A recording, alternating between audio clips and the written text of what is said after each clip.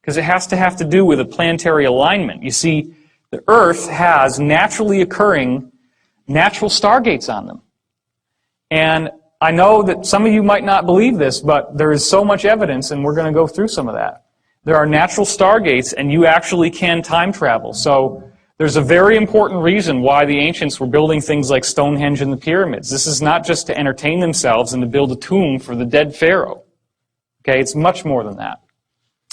So I read this book when I was 7 years old, and in the book we have descriptions of experiments in ESP between Harold Sherman, the author, and Sir Hubert Watkins, who was an Antarctic explorer. They documented some fantastic telepathy experiments. In one case, Sherman is sitting there in his room in LA, and he's tuning into Watkins, and he gets this pain in his head, and it hurts a lot. And so he writes down, okay, pain in the head. When we correspond that to what Watkins' journal said at the same time, all the people in his Antarctic expedition team were bumping into this stovepipe that had fallen down with a sharp edge, and they were actually lacerating their head, the skull. Bleeding from that, and he was feeling the pain. Just like I said, there's an energetic transmission of the pain. Well, after Watkins died, the telepathy continued, because they were so much in affinity with each other that he could recognize Watkins when he spoke.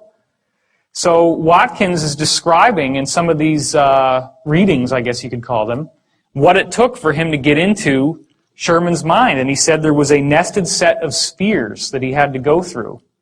And he had to find a channel to the center to get to the message to Sherman, which was not easy. That's why they call it channeling.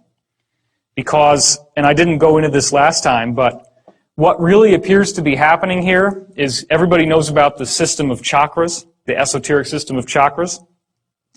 The chakras are actually different levels of your soul and different levels of where your thought processes and consciousness processes are happening. So as you go through these Kundalini meditations, the idea is that you're supposed to raise the Kundalini serpent. I was shown in multiple readings that the actual process of raising that Kundalini is collapsing the chakras together into this set of nested spheres. Because when you do that, you focus everything into the one spot in your brain that we're going to go to here.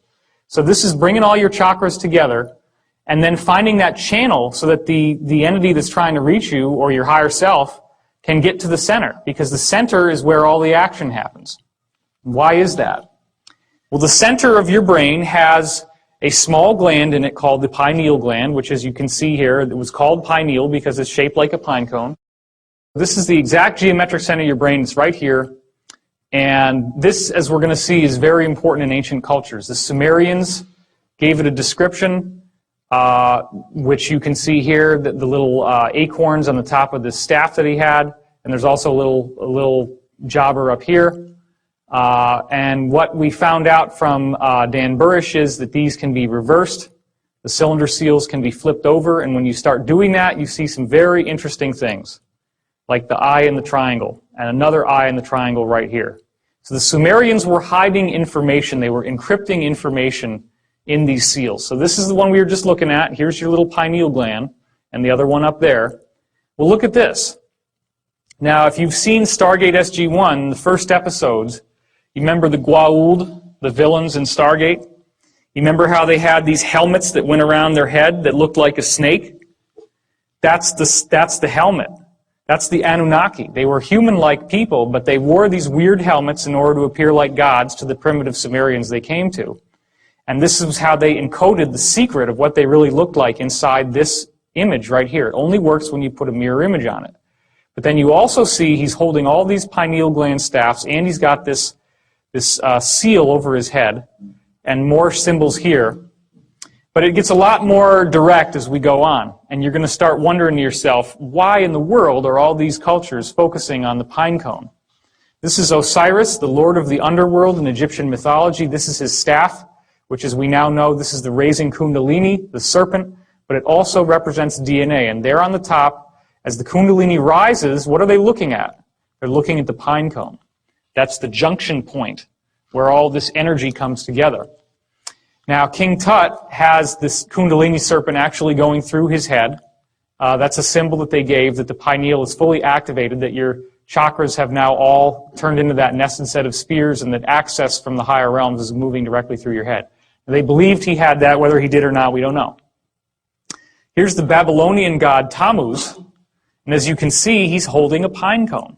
So once again, he's a very powerful god from that tradition, and you're seeing the same type of symbolism coming through.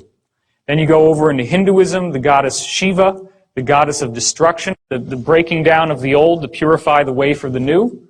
What does her head look like? What does that hair look like? It's another pineal gland. And you've also got the redundancy with the symbol of the third eye, and you've got the serpent wrapped around her head. The same iconography once again. And it's so powerful in the Hindu tradition that even now, it's common practice to wear a symbol of the third eye on your forehead if you're a woman, and they all have these various bindis, as they're called, that they can order and wear. This is, as we go more into more recent gods, the god of drunkenness and revelry, Bacchus. You can see he has the goat-shaped ears here, the kind of demonic almost looking, and he also has the cloven feet. But then look at this. What's that? There it is again, huh? There's that pine cone. So once again, why do you think alcohol, hard liquor, is called spirits? Think about that for a minute. Because it opens the door to these influences. And the ancient people knew that. That's why they were called spirits. You've ever seen people who get like completely possessed when they're drunk and they just seem different, they seem a lot more negative? Well, negative entities in some cases seem to be able to grab hold through the pineal gland. And so they knew about all this. They knew that drunkenness and revelry opened up the pineal. That's why he's got it on the top of his staff. Dionysus, who is the usher through the underworld, the usher through death and rebirth, he's also got the pineal gland, the pine cone on his staff. So there's the same message yet again. And here's another image of Dionysus with a bigger pine cone. Well, let's not leave out Buddhism. Check that out, right? Same exact thing once again, the hair. That's another symbol of the pineal gland. And even the fact that it looks like a pine cone with these little, the way that they braided their hair. I mean, all this was done deliberately to honor the pine cone. So then there's a quote from the Bible, "The light of the body is the eye. If therefore your eye be single, your whole body shall be full of light." That's Matthew 6:22. Well, that's pretty weird, huh? Guess how the mainstream Bible scholars interpret this passage I told you yesterday, for those who were here. They say, well, you just have to be single-mindedly focused on God the Father as your salvation. That's why it's one eye. You just want to kind of look at him. This is a single eye, and it makes your whole body full of light. Well, the Bible says God is light, so this is what's going on. It's your hyperdimensional gateway. The third eye, yeah. But surely we say, even though maybe a Bible passage could be interpreted a certain way, it might not mean anything, probably doesn't mean anything. Surely the Vatican wouldn't follow something like this. That'd be silly. There's never any public acknowledgement of it, or do they? Well, check this out. This is the Vatican Square, and this is a gigantic statue of a pine cone. It's the largest statue in the Vatican, anywhere outside, except for this little ball over here, which we're going to look at closer in just a second. Notice the peacocks, which have a very kind of Egyptian feeling to them, like the ibis, right? The Egyptian ibis. It's a very similar type of bird. And what's this all about? What's that look like to you? Aha, that's an open sarcophagus, just like in the King's Chamber or the Great Pyramid. What does the open sarcophagus symbolize in the Great Pyramid? No more death. The transition into spiritual life, okay? So, this all has to do with, I'm going to start walking a little bit. This all has to do with the knowledge of the higher forces, the sacred geometry. All this stuff focuses on the pineal gland, the pine cone. Now, what do they call this actual part of the Vatican? They call it the Court of the Pine Cone. Okay? How weird is that? But I want to take a look at that little ball, so let's go in closer on it. There it is. That's huge. That's huge.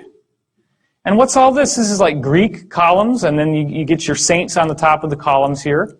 And here you have, I guess that's called the Basilica